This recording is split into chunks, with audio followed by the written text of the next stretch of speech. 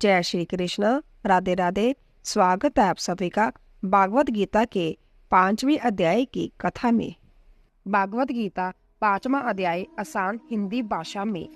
उसके उपरांत अर्जुन ने पूछा, हे कृष्ण, आप कर्मों के संन्यास की और फिर निष्काम कर्म योग की प्रशंसा करते हैं, इसलिए इन दोनों में एक जो निश्चय किया हुआ कल्याणकारक होवे उसको मेरे लिए कहिए। इस प्रकार अर्जुन के पूछने पर श्री कृष्ण महाराज जी बोले, हे अर्जुन, कर्मों का संन्यास और निष्काम कर्म योग यह दोनों ही परम कल्याण के करने वाले हैं, परंतु उन दोनों में भी कर्मों के संन्यास से निष्काम कर्म योग साधन में सुगम होने से श्रेष्ठ है।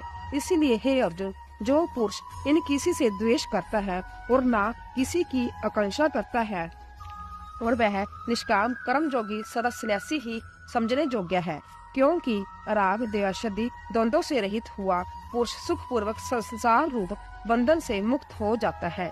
हे अर्जुन, ऊपर कहे हुए संन्यास और निष्काम कर्म योग को मूर्ख लोग अलग अलग फल वाले कहते हैं, ना कि पंडित जन, क्योंकि दोनों में से एक में भी अच्छी प्रकार स्थित हुआ पुरुष दोनों के फलस्वरूप परमात्मा को प्राप्त होता है। ज्ञानियों योगियों द्वारा जो परम धाम प्राप्त किया जाता है, निष्काम कर्म योगियों द्वारा भी वही प्राप्त किया जाता है। इसीलिए जो पुरुष ज्ञान योग और निष्काम कर्म योग को फल रूप से एक देखता है, वह ही यथार्थ देखता है। परंतु हे अर्जुन, निष्काम कर्म योग के बिना संन्यास अर्थात मन, इंद्रियों और शरीर द्वारा होने वाले संपूर्ण कर्मों में कर्तापन का त्याग प्राप्त होना कठिन है, और भगवत रूप को मनन करने वाला निष्काम कर्म योगी परम ब्रह्मा परमात्मा को शीघ्र ही प्राप्त हो जाता है। वश में किया हुआ है शरीर जिसके ऐसा जितेंद्रिय और विशुद्ध अंत करने वाला एवं संपूर्ण प्राणियों के आत्म रूप परमात्मा में एक ही भाव हुआ निष्काम भाव कर्म योगी कर्म करता हुआ भी लिपायमान नहीं होता। हे अर्जुन, तत्व को जानने वाला संख्या योगी तो देखता हुआ, सुनता हुआ, स्पर्श करता हुआ, सूंघता हुआ, भोजन करता हुआ, गमन करता हुआ, सोता हुआ, श्वास लेता हुआ, बोलता हुआ, त्यागता हुआ, ग्रहण करता हुआ तथा आंखों को खोलता और मिचता हुआ भी सब इंद्रियां अपने अपने अर्थात बरत रही है। इस प्रकार समझता हुआ निसंदेह ऐसा माने कि मैं कुछ भी नहीं करता हूँ, परंतु हे अर्जुन, देहाभिमानियों द्वारा जय साधन होना कठिन है और निष्काम कर्म योग सुगम है, क्योंकि जो पुरुष सब कर्मों को परमात्मा में अर्पण करके और आसक्ति को त्याग कर कर्म करता है, वह पुरुष जल से कमल के पत्ते के सदृश पाप से लिपायमान नहीं होता। इसीलिए निष्काम कर्म योगी केवल इंद्रियां, मन, बुद्धि और शरीर द्वारा भी आसक्ति को त्याग कर अंतकरण की शुद्धि के लिए कर्म करते हैं। इसी से निष्काम कर्म योगी कर्मों के फल को परमेश्वर अर्पण करके भगवती प्राप्ति रूप शांति को प्राप्त होता है, और सकामी पुरुष फल में आसक्त हुआ कामना के द्वारा बंधता है। इसलिए निष्काम कर्म योग उत्तम है। हे अर्जुन, वश में है अंतकरण जिसके ऐसा संख्या योग का आचरण करने वाला पुरुष तो निसंदेह ना करता हुआ और ना करवाता हुआ 9 द्वारों वाले शरीर रूप घर में सब कर्मों को मन से त्याग कर अर्थात इंद्रियों के अर्थों में बरतती है, ऐसे मानता हुआ आनंद पूर्वक सच्चिदानंद परमात्मा के स्वरूप में स्थित रहता है।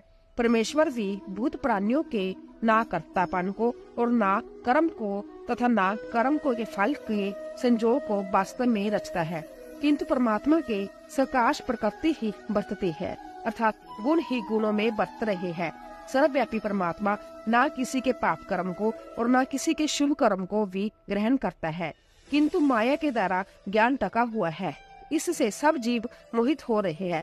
परंतु जिनका वह अंतकरण का अज्ञान आत्म ज्ञान द्वारा नाश हो गया है, उनका वह ज्ञान सूर्य के सदृश उस सच्चिदानंद परमात्मा को प्रकाशता है।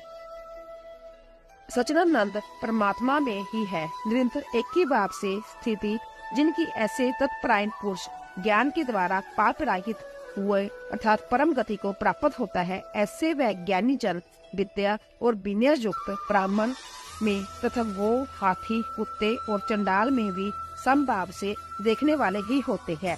इसीलिए जिनका मन सम तत्व भाव से स्थित है, उनके द्वारा इस जीवित अवस्था में ही संपूर्ण संसार जीत लिया गया है, क्योंकि सच्चिदानंद रूप परमात्मा निर्दोष और सम है। इससे वह सच्चिदानंद परमात्मा में ही स्थित है। जो पुरुष प्रिय को अर्थात जिसको लोग प्रिय समझते हैं उसको प्राप्त होकर खुश नहीं हो, और अप्रिय को अर्थात जिनको लोग अप्रिय समझते हैं बाहर के विषयों में अर्थात सांसारिक भोग में आसक्ति रहित अंतकरण वाला पुरुष अंतकरण में जो भागवत ज्ञानजित आनंद है उसको प्राप्त होता है। और वह पुरुष सच्चिदानंद परम ब्रह्म परमात्मा रूप जोग में एक ही भाव से स्थित हुआ अक्षय आनंद को अनुभव करता है।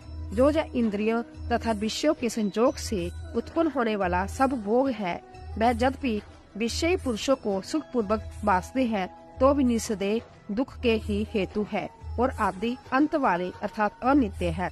इसलिए हे अर्जुन, बुद्धिमान विवेकी पुरुष उनमें नहीं रमता। जो मनुष्य शरीर के नाश होने से पहले ही काम और क्रोध उत्पन्न हुए वेग को सहन करने में समर्थ है, अर्थात काम क्रोध को जिसने सदा के लिए जीत लिया है, वह मनुष्य इस लोक में जोगी है और वह सुखी है। जो पुरुष निश्चय करके आत्मा में ही सुख वाला है और आत्मा में ही आराम वाला है, जो आत्मा में ही ज्ञान वाला है, ऐसा वह सच्चिदानंद परम ब्रह्म परमात्मा के साथ एक ही भाव हुआ संख्या जोगी शांत ब्रह्म को प्राप्त होता है।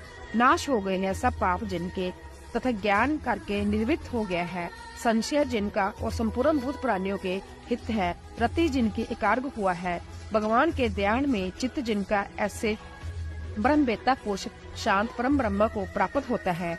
काम क्रोध से रहित जीते हुए चित्त वाले परम ब्रह्म परमात्मा के लिए ज्ञानी पुरुषों के लिए सब ओर से शांत परम ब्रह्म परमात्मा ही प्राप्त है। हे अर्जुन, बाहर के विषय भोगों को न चिंतन करता हुआ बाहर ही त्याग कर और नेत्रों की दृष्टि को भृगुटी के बीच में स्थित करके तथा नासिका में विचरने वाले प्राण और अपान वायु को सम करके जीती हुई है। इंद्रियां, मन और बुद्धि जिसकी ऐसा जो मोक्ष प्रायण मुनि इच्छा व्यय और क्रोध से रहित है, वह सदा मुक्त ही है। और हे अर्जुन, मेरा भक्त मेरे को जग और तपो का भोगने वाला और संपूर्ण लोकों के ईश्वर का भी ईश्वर तथा संपूर्ण भूत प्राणियों का अर्थात स्वार्थ रहित प्रेमी ऐसा तत्व से जानकर शांति को प्राप्त होता है और सच्चिदानंद परिपूर्ण शांत ब्रह्मा के सिवा उसकी दृष्टि और कुछ भी नहीं रहता, केवल वासुदेव ही वासुदेव रह जाता है। बोल श्री कृष्ण भगवान की जय। 5वां अध्याय समाप्त।